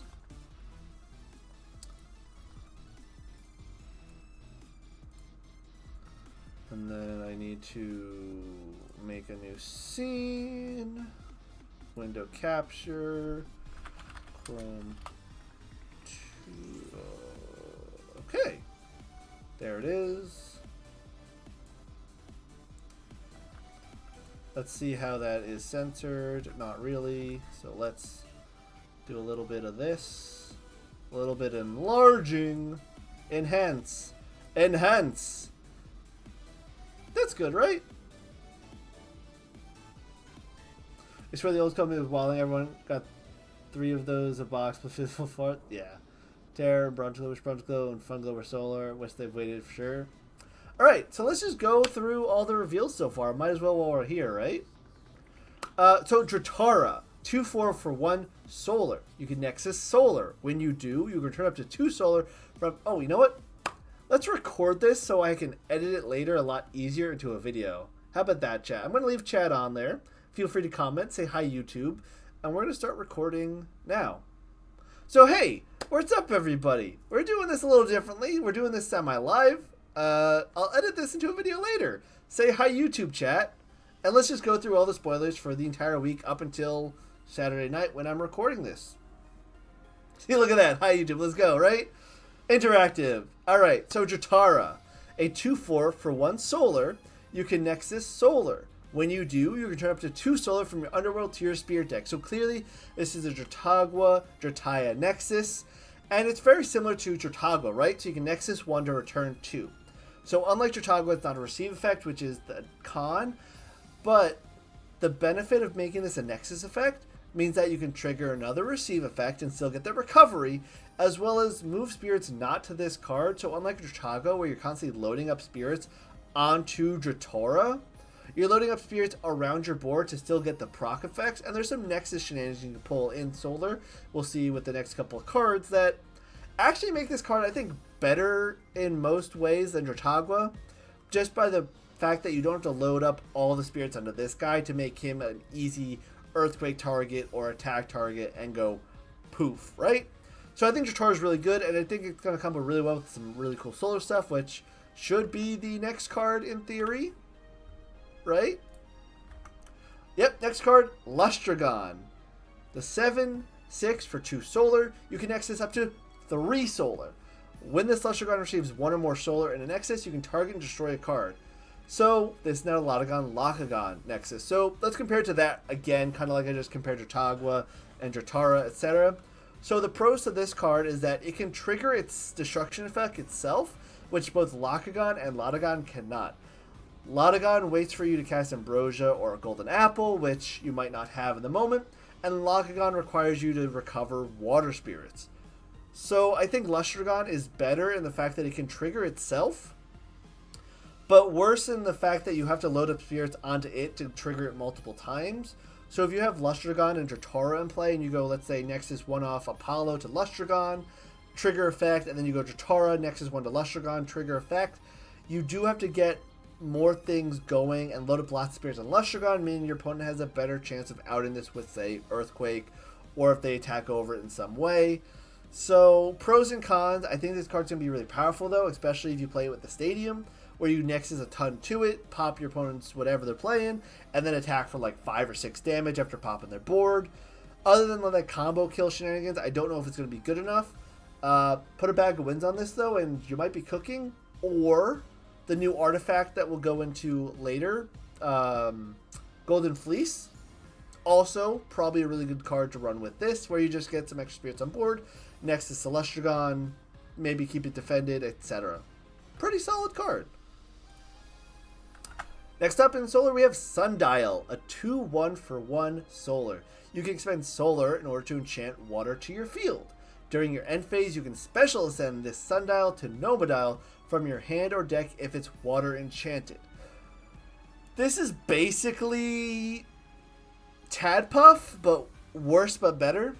So starting with the Tadpuff stuff, it kind of like makes you just kind of special, or you have to normal to get ready to special stuff. Like, it adds water to the board. Immediately, a lot of people said Dratagua, right? It synergizes with Dratagua. I don't think it does, because the amount of solar to make this trigger over and over again makes Dratagua... The water recovery is not relevant, because you want to recover the solar as well, unless you're pairing with the Totoro, but now your deck's too clunky. But then you have the ability to special send this if you add water to it right away to Nomadial, which... It's kind of like the same vein of, it kind of can Nimbug itself, but has more utility than a Nimbug, which I think that extra utility is relevant, especially if we get more water receivers in the future. If there's a water solar receiver, this would also be pretty good. But right now, I think it's like a weird Tadpuff that maybe if you can defend it, you can get some weird triggers off. But otherwise, you just go straight into Nomadial with this card. 100%, you just go straight Nomadial, move on with your day. So what's Nomadial? Nomadial, it's a 5/6 for solar water. You can expend solar water in order to enchant 1 solar or water from your underworld to your field and special send the Nomadial to Chronodile from hand or deck. So kind of going on with the Nimbug stuff again, you have to wait for your next turn to get to the 3-drop, just like Sirikun would, right? I don't know. It is better in the sense that you can hard ascend into it and then get to Chronodile, which is relevant, and it enchants 1 spirit to board, getting you hopefully closer to 6 spirits for the Chronodile defensive option, which we'll get to in a second. It also enchants to itself, so that Chronodile comes in with 4, allowing you to use Chronodile's effect. All relevant. However, I don't know if a 5/6 2 cost that could get like Gorgons, and you lose a ton if this get Gorgons, is going to be super good to play. I think you'd rather just go like Tadpuff or Foamy into Poseidon and Chronodile, so you have the spirits for Chronodile to be relevant. That's like, I think Nomadile's fine, and I wouldn't be surprised to see it run. I just don't think it's going to see a ton of play, because you'd rather do Poseidon shenanigans to make sure you have more kind of Aphros and Foamy and Tadpuff options over adding Nomadial, which would be inconsistent in your deck. So I think it's a cool card. I think it's a really good bridge, but I just think in water there's better ways to accelerate to Chronodile than using this bridge. So I think as a bridge effect, it's fine. You basically can just hard cast it, use its effect, you're fine, but you'd rather do other ways, so you're not worrying about getting 2-drop bricks in your hand. You'd rather have a bunch of 1-drops that you can potentially ramp to Chronodile with, in my opinion. And then Chronodile, an 8/14 for 2 water, 1 solar. It's a water card now. It's not solar. Interesting note, you can disenchant 1 water from this Chrono Dial in order to target and destroy a card. While you have at least 6 enchanting water or solar spirits, this Chrono Dial cannot be targeted by an opponent's card effects. That's a doozy. Alright, so let's start with the stats. 814, it's kind of like, you're not attacking with this consistently because there's so many cards that just go, cool. Like, any 5 attacker plus Zeus or Demeter can crash over this. So playing this in attack position is actually kind of scary because your opponent can answer this in attack position pretty easily. Unless you're playing a stadium because you want to get spirits on board. 14 defense, it's cracked. That's a lot of defense. Nothing beating over that unless you're playing Pantera exactly. But how are you getting Pantera out to a defense position Elestral? The stats are fine. Disenchanting 1 water from this Chrono Dial to target destroy card. So it's Centaur, right? You disenchant from it to Centaur pop. It's bridge. If you bridge it, will give you 1 extra spirit on board. If you Poseidon to special this, you might also have extra spirits to load onto it. And you do play this with Poseidon because Poseidon will fuel this every turn. You go Poseidon effect to Chrono Dial effect to pop. Over and over and over again, as long as you try to keep the protection on board. And the protection's like Voltempest, right? Can't be targeted by opponent's card effects. It's Voltempest plus Centaur with the casting of, like, it's as easy to get out as Voltempest. So this is Water Centaur with Voltempest protection, which it all works to be like, this is threatening. But then if also your opponent might just play like Pegas the Poseidon might be the new meme. You Pegas Poseidon. Chrono Dial is targetable now. Earthquake it. Thunderstorm Chrono Dial, right? Like Thunderstorm Poseidon. Like if your opponent's loading up spirits on board, they are asking to be outed and to hurt real bad doing it. So the pros and cons are there.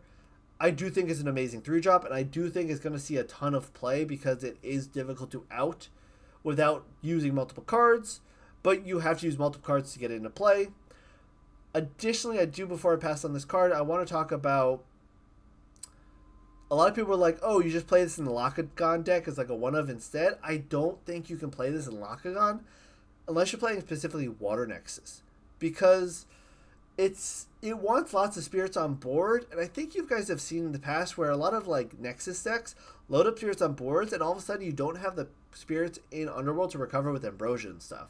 So I think that gums up its strategy to say, oh, I'll play with Locagon and play this control stall water deck with Chrono Locagon. But I do think it's great with Dratagua, with Foamy, with the normal water stall stuff, but instead of Locagon. I think they play 2 separate decks. You play either Water Stall Locagon or you play like Water Ramp Chrono Dial now. Water Ramp is looking pretty solid with this card. We'll see what comes out in the set to help with it more. Now I gotta go through all these cards to find the next one, so let me just back up, go back in. I can cut all this out on my video, thankfully. Loading. Hello, I broke Elestrals. There we go. Nomadial, Chrono Dial. Ooh, the cows are next. Let's talk about cows. How funny will it be when someone goes, hey, you're playing Elestrals? Yo, Mr. Gadon Del P, Andrew, what's going on? We're going over some previews for set 3 that are dropping this week. So, Andrew, you don't play a ton of Elestrals. I know. I need to get you in the game. Guys, say hello to Mr. Gadon Del P. He's one of my IRL friends. Super chill dude. How funny would it be if someone goes up to you and you're playing Elestrals and they go, hey, what deck are you playing? And you go, I'm playing Solar Cows. I'm playing a cow deck. That's my deck. How hilarious is that? You're playing cows. Right? Like, it's so funny. And they're good. So let's go over. I'm actually recording right now. This is going to get cut out of the video. So say hi, YouTube, Andrew. So let's go into Soul Bell, right? Soul Bell. So 1/4 for 1 solar. While you foretell, you may special ascend the Soul Bell to a foretold soul stocks. Your Apollo's effect that foretell cards reveal an additional 2 cards. So, okay, starting off with the Apollo's effect of foretell cards. Apollo will foretell 3. We'll get to Apollo later. So this makes Apollo foretell 5. You get to look at the top 5 cards of your deck and look at them, reveal them to your opponent. Unfortunately, you have to reveal them to your opponent so your opponent knows what you're looking at. But you get to order the top 5 cards of your deck in any way you want. That's really good. And then if you find a way to like draw cards and shuffle the rest back, you're basically brainstorming magic. Like that's a really good effect. Now the foretell while you foretell, you may special send to a foretold soul stocks. And you're digging 5 deep. So if you go Soul Bell Apollo, foretell find soul stocks, next chain special into soul stocks, re-enchant to Apollo, and then start popping cards, that's really good. So let's go into like Soul Bell. But soul stocks, hello? 4/7 for 2 solar. When you special cast it, normally off a Soul Bell, but you can also trigger it off Rise From. Enchant 2 solar from your underworld to your field. You can disenchant solar from your Apollo to target and destroy a card. So destroy anything on board for 1 off Apollo. Pretty good there. If that was just the card would be fine with the Soul Bell Quick Ascend. But additionally, when you special cast it, you can get 2 solar from your underworld to board. If your opponent's low on spirits or low on cards on board, and you can just go enchant 2 to soul stocks, pop your defender, and punch for 4, that's scary. Plays with Stadium, and now it has 11 stats too, so your opponent, like, this card is scary. And the fact that it just can come out on turn 1 if you get a little lucky, like, and then you play First Light to put on top of your deck, and then you Soul Bell it, and you pop it in play and go pop that, punch you in the face for 4. It's really strong. I think Soul Stocks is gonna, like, Soul Bell is whatever. Soul Bell is like cool and fun and interesting. Soul Stocks makes the cow deck actually this crazy relevant, almost aggro threat if you compare it with enough other solar cards.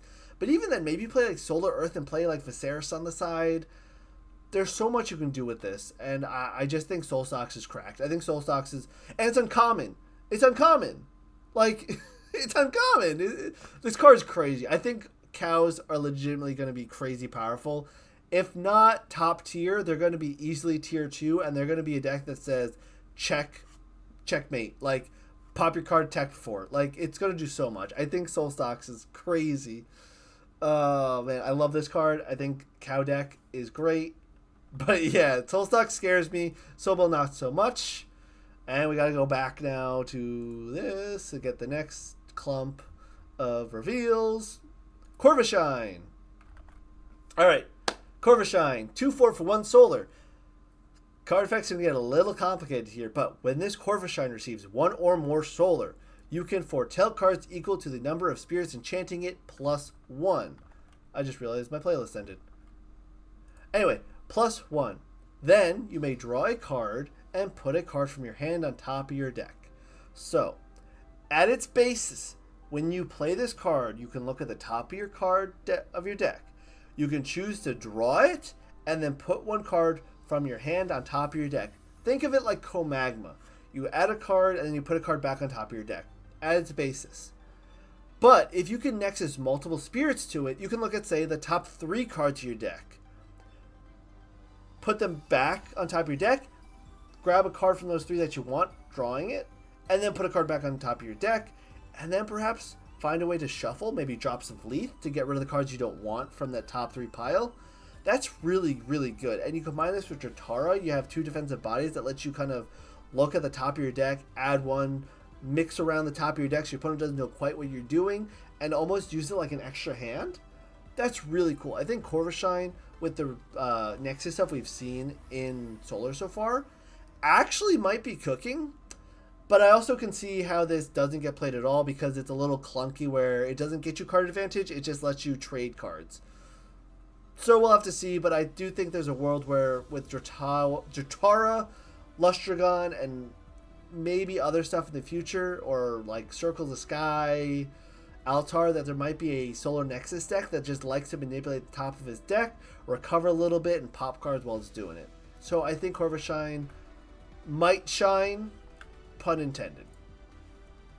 Alright, what's next? We have, I think, Cypremol. Alright, yes. Cypremol is next. Oh boy. I don't know what to think about this card. So, Cypremol. It's a 4/1 for 1 solar. When you cast this Cypremol, you can search your deck for a Golden Fleece and cast it, empowering this Cypremol. spirits from your spirit deck or underworld and or can be used to cast Golden Fleece. So first off, this is great because it says your artifact is free. Normally artifacts are extremely expensive, right? Like putting 2 spirits to cast an artifact is awkward. But the fact that you can use your underworld spirits, so if you go like Nog into Cybermole, you're basically casting a free Golden Fleece. Golden Fleece says the Cybermole is not going to get destroyed at least once. So playing Cybermole turn 1 is pretty safe at saying I'm leaving this on board for a turn, allowing Solar Ascension stuff to potentially do better, right? So I think Cybermole has a world where it plays in a defensive Nexus Ascension deck for Solar, especially with Lustragon, where you can play Cybermole. It's pretty safe. They have to get rid of 2 cards to beat over it, even though it's only going to be a 4-1, 4-3 with Golden Fleece when we get there. But it brings a Nexus bank with it. It brings protection with it. I think those are really relevant. Those are extremely relevant. Those are extremely relevant. Bringing protection and a Nexus bank in an element where we already see lots of Nexus cards that look playable is going to be super relevant. So if this gets played, it's probably going to be in a Solar Nexus deck or a Solar Artifact deck when we get into those cards in a moment. The Solar Artifact stuff and just Artifact stuff in general in Daybreak is looking interesting. So a Nexus card or an Artifact deck card, we'll have to wait and see, but I think it has possibilities for both to be pretty relevant. Moving on to the next card. We're going to skip the Earth stuff, and we're going to keep going with the Solar stuff for the moment while we're on Solar, and we'll get to the Earth and Wind in a moment. Alright, next up, Apollo. 1 cost Divine Rune for Solar, as are all the Divine Runes. The Divine Rune text, you can add 3 Solar to it when you cast it. Straightforward there. You can disenchant Solar from this Apollo in order to foretell 3, and add up to 1 Solar Celestial foretold this way to your hand. So this is basically look at top 3, probably add 1 card to your hand, and order the top of your cards, etc. Apollo, I don't think is that strong, except in the decks that it's really strong in. Right, so we see it in cows, right? This is going to be key in cows. Apollo plus cow deck. I keep saying cow deck. And cow deck is hilarious, but I think it's actually legitimately good. It'll be a staple card to be great. Any deck that wants to foretell, if we get more foretell triggers, Apollo will be fantastic in.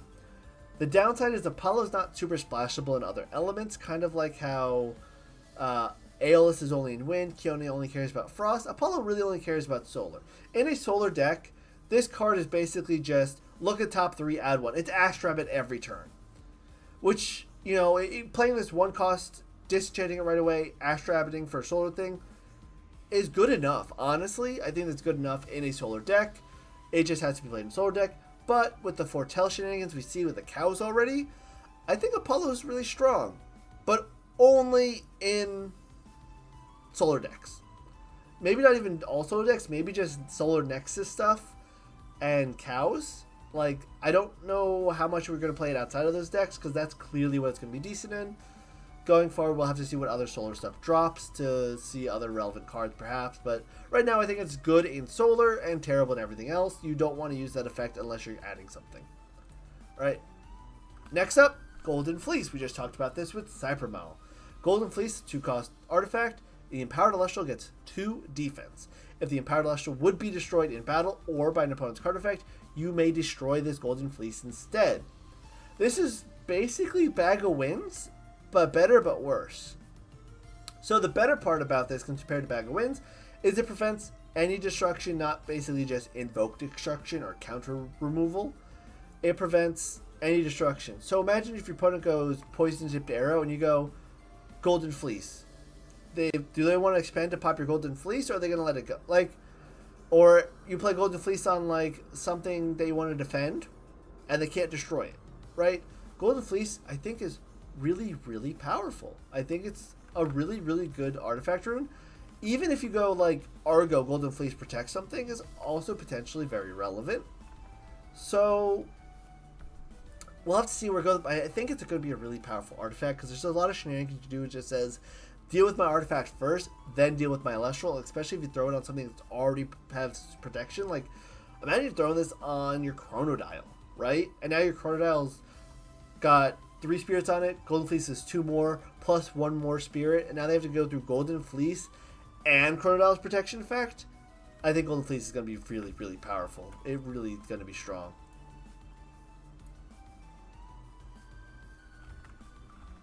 Temple of the Sun. Skip. It's the solar, the stadium. Skip. Guardian of the Fleece. So if artifact decks become a thing, this is why.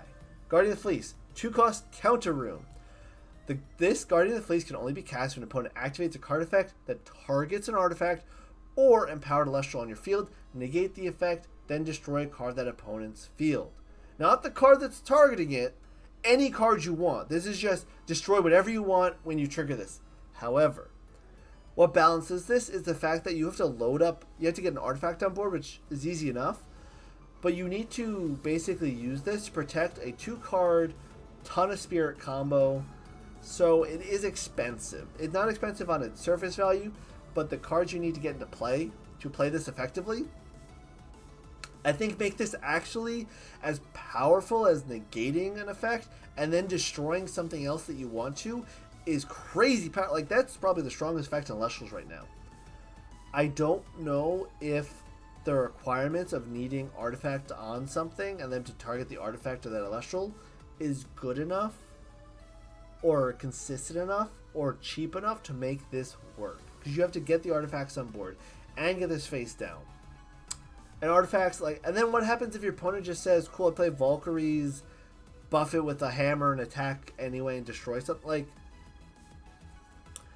this card, don't get me wrong, is powerful, but I think people are going to overestimate how powerful it might be just because there's a lot going on to get this card to work, and you also still need to draw it. So if you're using this over, like, Gorgons, it's a little bit more restrictive on what it's used for. But it's cool that artifacts are getting support that is really powerful, that might make artifacts actually viable as a deck archetype, even with how expensive artifacts can be. Like solar, earth artifacts, or solar, earth, fire artifacts for Hephaestus to find stuff with like Cynectar and Wasp Ivy. Could be, like, you play Wasp Ivy with like Golden Fleece and then Guardian Fleece face down, you basically win the game. So I do think there's great ways to make this really strong. I just don't know how strong it will be. On the surface, it's cracked. In reality, it's probably okay. It's probably going to be good, not crazy. Alright, I gotta go back. And then I think it's the last of the solar cards, right? Does anything else in solar get revealed after that? Full art. Alright, we'll go into the runes, and then we'll go into all the other stuff. So Poison Tunic. 2 of anything. Artifact. The Empowered Elestral gets -2 attack. When the Empowered Elestral is destroyed in battle, the controller must expend 2. So now we have a way to, in one turn, play Cynectar, Poison Tunic, Wasp Ivy, punch over the thing with Wasp Ivy, and burn our opponents for a ton. That's really powerful. Combined with Argo, which is the next card, this card is going to be really good. Now, do you play it without Wasp Ivy? I don't think so. I don't think it's good enough to play without specifically Wasp Ivy and Cynectar. I think you have to play it in that deck because the -2 attack for 2 cost and the potential to burn while you still have to crash over something isn't good enough. But if you have something that can't get in chained to by counter runes to play Poison Tunic to then beat over it, that's really powerful. You can Argo with it. So maybe you play as a one of in like an Argo deck or an artifact deck. I could see that perfectly fine. It's kind of got the Necklace of Harmonia shenanigans going on where you want to empower your opponent with it and then do shenanigans. I think the card's really good, but it definitely makes Wasp Ivy from a meme deck to an actually viable deck with the amount of ways to get Poison Tunic out. So you have Rummagem to search Cynectars, you have Hephaestus and Argo to get this out, making the deck probably consistent enough to just be this aggressive Earth deck. But watch out, your Wasp Ivy can still get Earthquaked and other shenanigans, Kinleos, Boombat, etc. So there's still outs of Wasp Ivy, but this is a pretty devastating turn to start with where you just go perhaps something pass and they go Cynectar, Poison Tunic, punch over, deal a bunch of damage. I'm unaffected by counter runes pass. So it's going to be good. How good is the question? We'll see that when the rest of that comes out. And Argo, I keep talking about Argo. Argo is a 2-cost counter rune. This Argo can only be cast after an Celestial declares an attack. Cast an artifact rune from your hand or deck. So this is a 2-cost counter rune. It's not a 2-cost counter. This costs 4 because you have to cast the artifact from your deck. But this is really cool because if your opponent goes, I'm attacking your Urseer, and you go, Argo, Necklace of Harmonia, my Urseer is bigger than your thing, pop your thing, special another bear into play, bears meta? Maybe. But in reality, like, you play this in Cynectar decks, you play this in potential Solar Artifact decks, which might be relevant. We have to see what the Solar Artifact does still. But even if you play this in, like, Earth Solar, I keep saying Earth Solar artifacts because I think Scythe of Demeter plus Argo is a really good way to refund the Argo cost as well as battle trick your opponent. So I think Earth with Sprouter, Argo, etc. is going to make an artifact deck. Combined with Guardian of the Fleece, I think that's a really interesting artifact kind of control surprise deck that you could run. You splash fire in there for Festus as well. Festus actually good now, perhaps? The real question, I guess, comes down to how many artifacts do you run in your deck? Because they're kind of bricks in hand, so you don't want to run like one of every artifact. You have to pick and choose. So you probably run Golden Fleece, maybe Scythe, maybe Trident as a bunch of one-ofs, but then if they get destroyed, you can't do it again. So that's the toss-up with Argo. However, Argo does enable a lot of janky combat shenanigans that I think is really cool, and Elestrals is missing as far as stat buffs. Like, think Rush Recklessly in Yu-Gi-Oh! This kind of does that. Again, though, Argo is really expensive. It costs 2 plus the artifact cost. And you could potentially get this Chains or, like, Lava List beforehand. So, the fact that it can only be cast in a battle makes this a little bit weak. But I think it's actually a strong card. For everything I just said, obviously. Alright. Now we're going to go into the Earth stuff. And then the Wind stuff. So let's go find the Earth stuff. Alright, Earth stuff now. Mudlet. A 1-cost 3/3. When this Mudlet receives 1 or more Earth, you can change the position of an Elestral. Position effects do not target. Relevant for Chronodile. Relevant for Voltempest, relevant for anything that is immune to targeting. This is basically Sorlet on, well, it's an Earth Sorlet Nexus, right? So Altar makes this go crazy. Circle of Sky can make this go crazy. The new Counter Root in Earth makes this really good. So I think this is a really good defensive tool in Earth for an Earth control deck. And I say Earth control because it combines this with Panzer, combined with Ecolinks, and even Centarbor, where you go play Mudlet, you play Altars, you play Earth Nexus. This is a perfect Earth Nexus receiver. You can use this offensively or defensively. It's really good. You just go defensively, Altar, put your thing into defense, put 2 of your things in defense. How about that? Offensively, you play Mudlet, turn those to attack positions so I can beat over your Ash Rabbit. Hey, let's circle the Mudlet. Let's do it again. So, as an offensive-defensive receiver, I think this really makes Earth Nexus a viable deck. You see some of it with legs in Frostfall set 2, but in set 3, I think this alone makes a Centarbor deck viable. And I think this alone, and there's even one more card that goes in that deck. So we'll get to that card in a moment. Let's go into the Ascension. Kreisbor, a 7/5 for 2 Earth. You can expend 2 Earth in order to target an opponent's Celestial, suppress that Celestial, and destroy it. Earthquake got legs. This is literally a better Earthquake on a body. Is that good enough? Probably. Okay, so let's look at the downsides first. It's an order to, so it's a cost, which means you can pay cost only to get Gorgons, and then maybe your opponent answers it after the fact. Second downside, it's an Earth 2-drop, which means you have to ascend into it. So you have to either do Rise From shenanigans or have defensive bodies on board to get into this. Earth Ascensions outside of Lotagon aren't seeing a ton of play, even though there's some decent ones, like Sakursor I think is decent enough to see play. It just, Gigaflora is also really powerful, really hard to get out. So I don't know how good a Earth 2-drop will be, but this is a good effect. The ability to Earthquake your opponent is powerful. However, you're going to have to get through your opponent's Shield of Achilles with this, and that's probably not happening. I think this is like a control Earth card. You sit in attack position, every turn threaten to pop stuff, almost like Trifernal threatens to pop stuff. Imperial. Yeah, you know what? This is a 2-cost Imperial. Does that make it good? Makes it alright, right? Really powerful effect. Difficult to get a 2-drop to stick on board. So I think this is a good card. The fact that it allows you to just enter board Earthquake is always good, but getting it on board makes it a brick in your hand until you can actually ascend into it. So I think it's good, not great. We'll have to see what Earth can do with it, though. Alright, we're going to jump over to the last Earth card, which should be Bloom. And then we'll do Wind, and then we'll end the stream. Right? Yeah, the Lestragon is just a flirt. Cool. Bloom.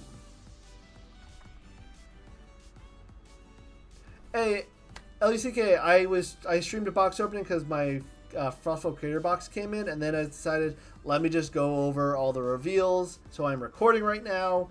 So say hi YouTube, and then I'm gonna cut this up into a review video after the fact. So I'm gonna jump back in the review. Nice to see you here, Luck. Moving on.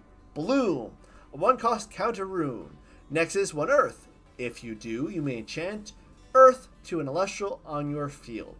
So Nexus 1 Earth, so we're going to trigger our Mudlet that we just talked about. Earth Receivers. Is that the only Earth Receiver that's relevant?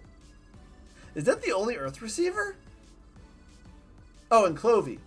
Right, Clovey's on the card. You're playing Clovey. So Clovey's relevant. This is, with Clovey, a 1-cost draw 2. So, Earth Nexus on the board, right?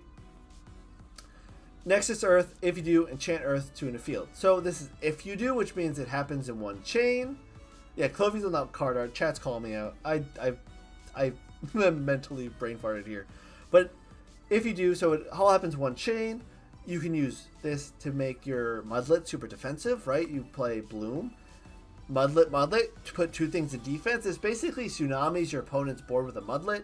With Clovey, if your Clovey sticks board, maybe you have a Foley on board as well. You go, cool, Clovey's now 7 defense, and I draw 2 more cards. Earth Nexus has legs, and then on your following turn, you go plop Centaur to play over it. I think legitimately Earth Nexus Centaur might be like meta relevant now with cards like Bloom, cards like Mudlet to make Earth Nexus really have legs. So I do really like Bloom. I think it's a really simple design that's really powerful to do a lot of things. And as we see more Earth Receivers down the line in the future, this only gets better. We'll just have to see if there's more ways to get Earth Spirits on board, because Earth does struggle outside of Demeter at getting Spirits on board and getting a lot of cards officially on board to ascend into things. So we'll see where that goes. But Bloom, powerful, and it only gets better in the future. Alright, and then we just have the wind stuff to go over. And then I'm going to get ready to go to bed. So let's talk about the wind stuff. Verituka, a 3-1 for 1 wind. When this attacking Verituka enters the battle with an attack position Celestial that has equal or fewer enchanting spirits, you can suppress the Celestial and destroy it. If you do, this Verituka deals no damage to this battle. So, okay, this kills any 1-drop in attack position, so it does the Vertakwa thing without being, I think this is a fixed Vertakwa, right? Because it has to have 1 spirit to destroy a 1 spirit Celestial, 2 spirits to destroy a 2 or 1, or 3 spirits on destroy a 3, 2, or 1. So you're required to match the spirits of the Celestial attack position to destroy it, which Wind does have a Nexus deck. So you've played this with Wind Nexus as a tech piece against like Chronodile perhaps, or other 2 or 3 drop decks. This might be pretty relevant.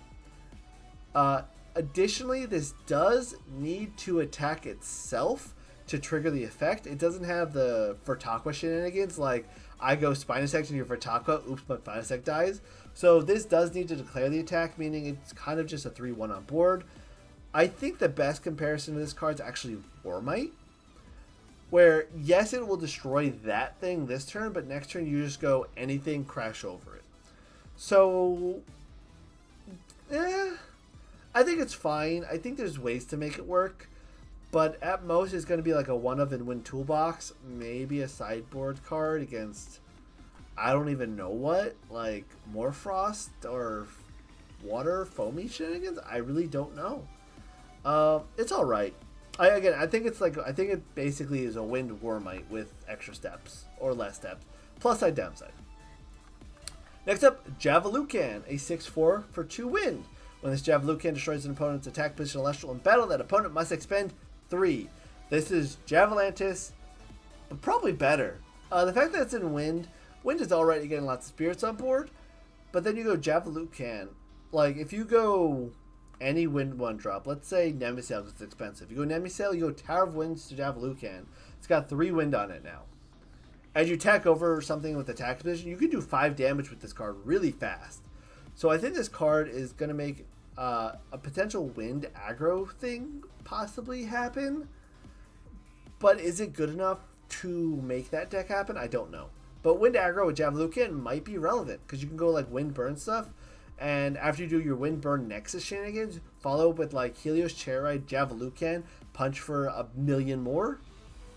I think that's really cool. I think if you play Helios in like a wind Nexus burn deck, this could be a really fun like high-end Nexus strategy card. Other than that, it's going to see no play.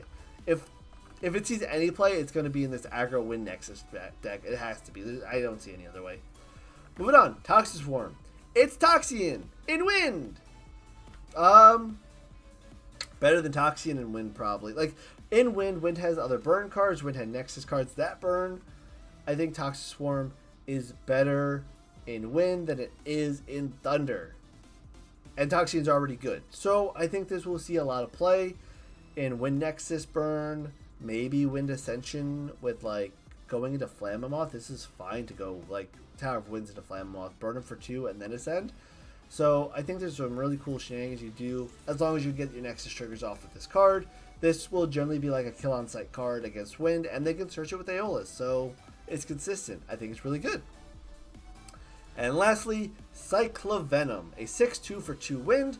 When this Cyclovenom destroys an Celestial in battle, you can special cast a Toxic Swarm from your hand or deck. So it's Capricorn and wind.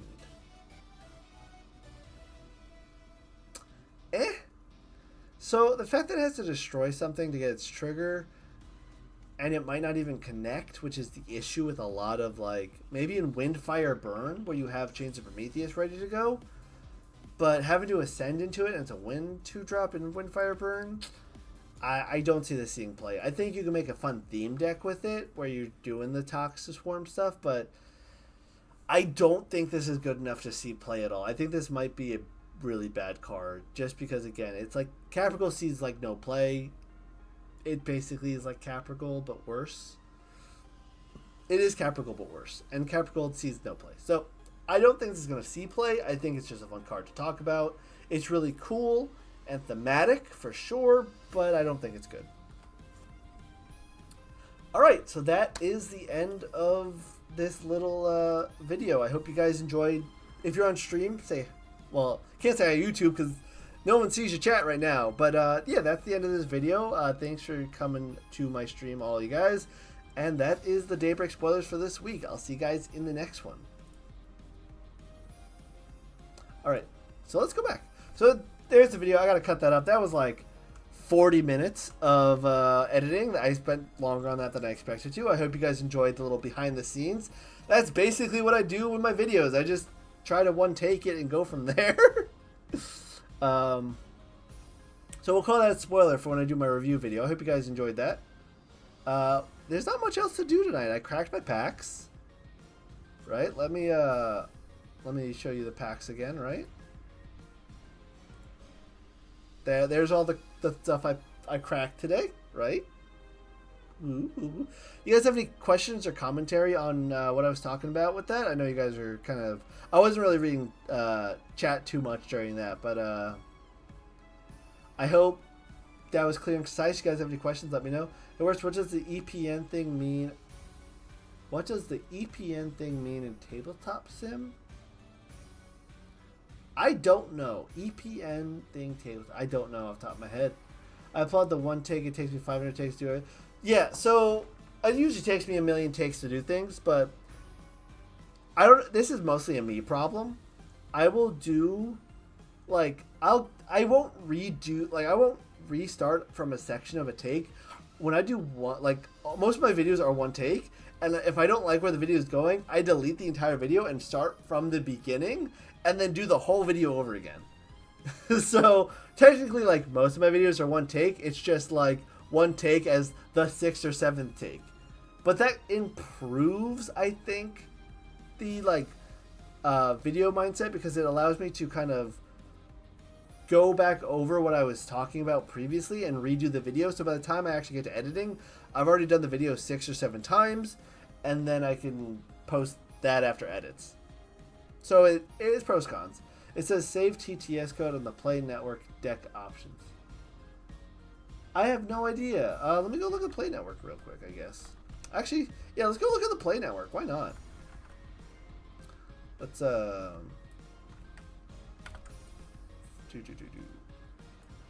I gotta find this, shrink it back down, shrink. Let's go find the Play Network. Play Network, or Play-Doh, I think it was Play-Doh Elestrals? Play-Doh Elestrals. And let me shrink this down a little bit.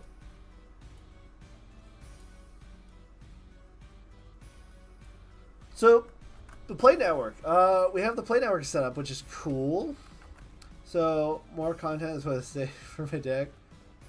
Oh, safe. So the deck. Let's go to decks. I'm not logged in. Hold on. Let me go log in. Continue with Caster Club. Am I logged in Caster Club? Not even logged in Caster Club right now. Alright, let me go. Is this my password? Alright, cool. We're in. Alright. So the deck builder's a little slow. How many people are posted decks so far? Oh yeah, there's a lot of people posting decks now. That's fun. Oh, you have to make a deck to enter the tournament, don't you? Which you don't have. You can private the decks too. So let me go. It's the deck that I did in the weekly. I am unfortunately not playing the tournament tomorrow. I have to work. I always like it. It's funny. It's like my boss always schedules me on the day of the tournaments. The 3 dots. The 3 dots. Are you in the deck builder right now? I really like to see the deck ratings, filtered by ratings, the ability to choose the card that is used as the image.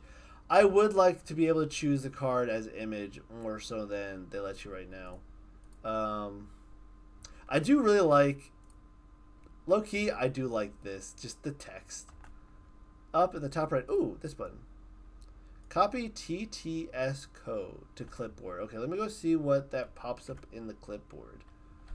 Let's pull up Notepad.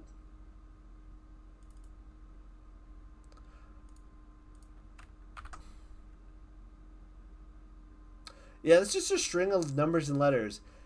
Is that maybe is that code maybe going to allow you to import it to the app?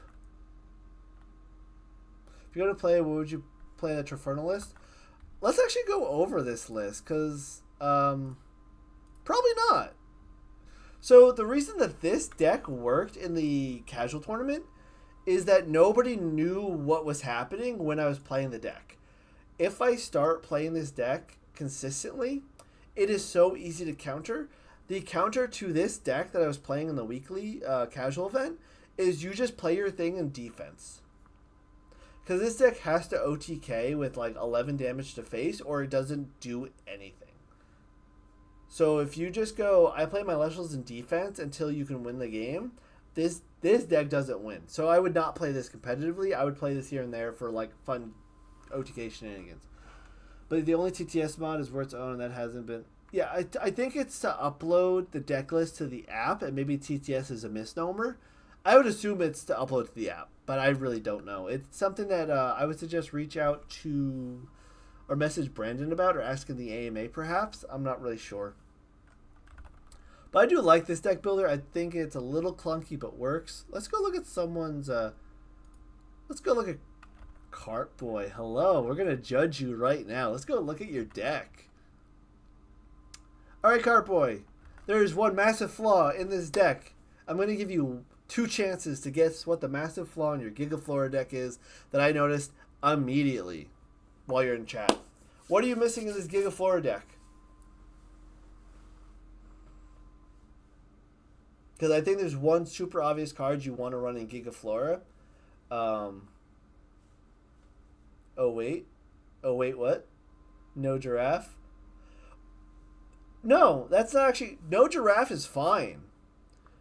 The issue that I find in this deck, you should run Bag of Winds with Gigaflora. Bag of Winds on a Gigaflora? GG. But yeah, you should probably run Giraffe. That's not what I noticed immediately. Immediately, I think you should run Bag of Winds. Like, I think you want to run... So, Cartboy, think about Bag of Winds. If you run like 2 of Bag of Winds, if you get a Bag of Winds in Gigaflora, you have a 9 defense body that every turn summons a body out. They can't blow it up without going through Bag and then going through Gigaflora while you're just dropping other bombs on board. So I really think that Gigaflora needs Bag of Winds to work. I could be wrong. You are playing Divine Blessing. Divine Blessing does give you similar protection. So Divine Blessing is fine over Bags. But if you're playing Divine Blessing, you need Demeter. So you're in a really awkward spot here. I think what you do, I think you can cut the Pandasins out of this deck. And either... So I think you cut the Pandas and either put 2 Demeters or put 2 Bag of Winds. Otherwise, I think most of the rest is fine. Maybe cut down 1 Rummagem. I think you would also like to get maybe a Tectorus, because Tectorus plus Gigaflora is also a really big, powerful beater. But I see you have the Viserys. Viserys is fine. But Tectorus is pretty powerful as a beater. You could also potentially cut the Verdalith for some of those cards. But I think Panda is probably the cleanest cut here. And I think you might want to... Oh, man, you also want Earth. Also, what's Altar doing in this deck?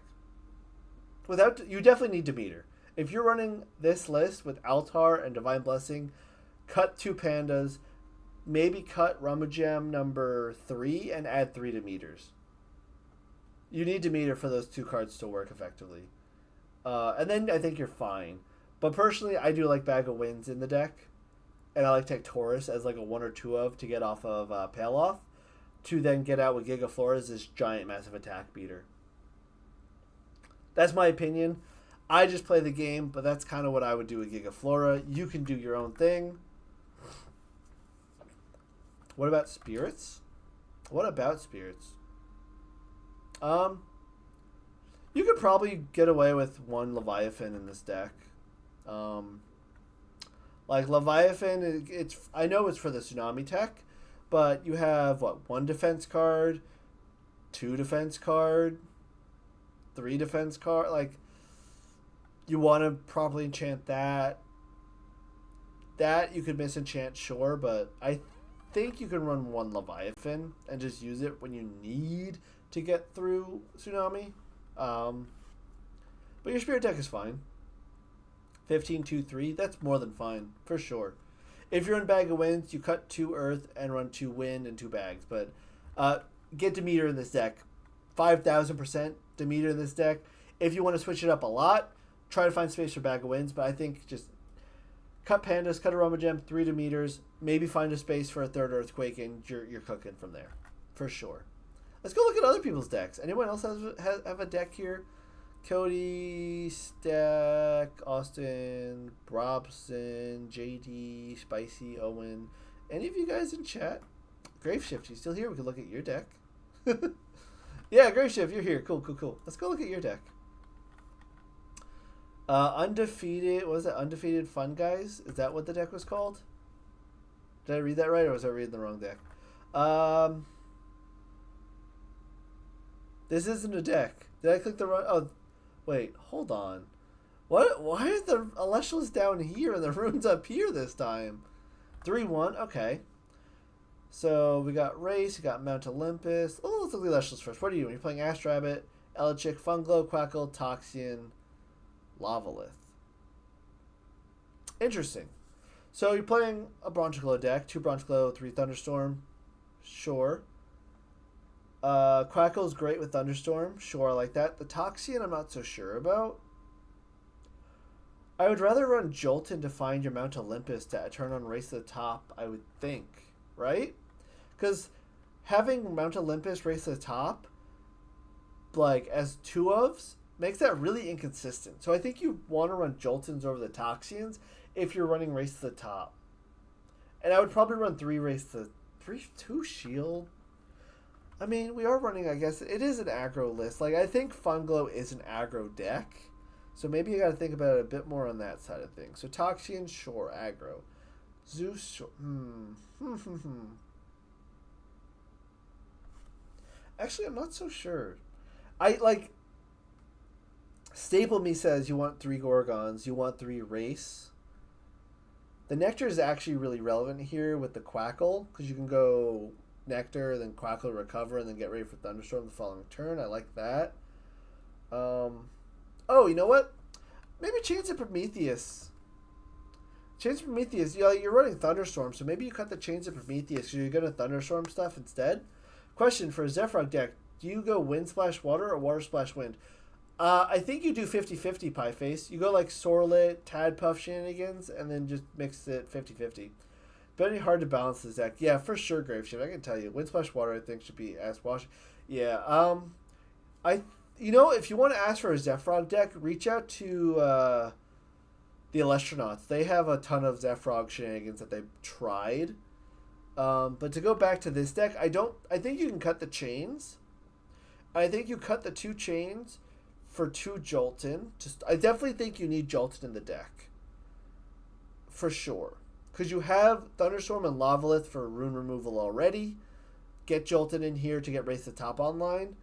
And then I think you want to get Race... Oh, man, what do you cut for Race to the Top? 2 Jolton, 2 Mount is fine. I like the Divine Blessings. I like the Tsunami. I like the Shields.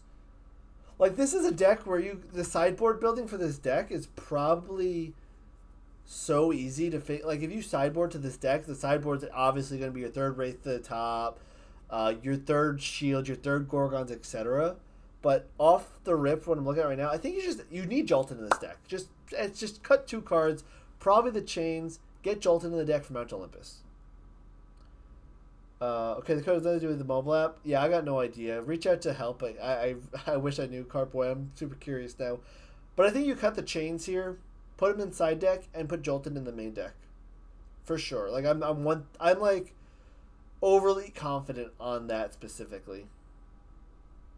Because otherwise, Race to Top is so hard to use. Like, your only Elestral removal is attacking over things with Zeus, which is fine. You're running Thunderstorm, Lavalith. But if you're running Race to the Top, 2 Jolton, 2 Mount Olympus, I think is the minimum. Just to make sure it's online. And Jolton helps against the Lakagon deck, against the Fire deck, who also like to run Stadiums to pump up their stats. So Stadiums are relevant in general. Run Jolton if you can. Otherwise, tinker around with the Joltons. Maybe find space for a 3rd Gorgons. Maybe find space for a 3rd Race to the Top. Otherwise, I think you're fine. I do like the deck. I think Bronchoglow as like this pseudo aggro Thunder package is really interesting, where you can just go, your opponent goes turn 1, sets 2, you go cool. Funglow, Thunderstorm, special. Punch. So yeah, cool deck. But get your Joltons. Just get your Joltons in there.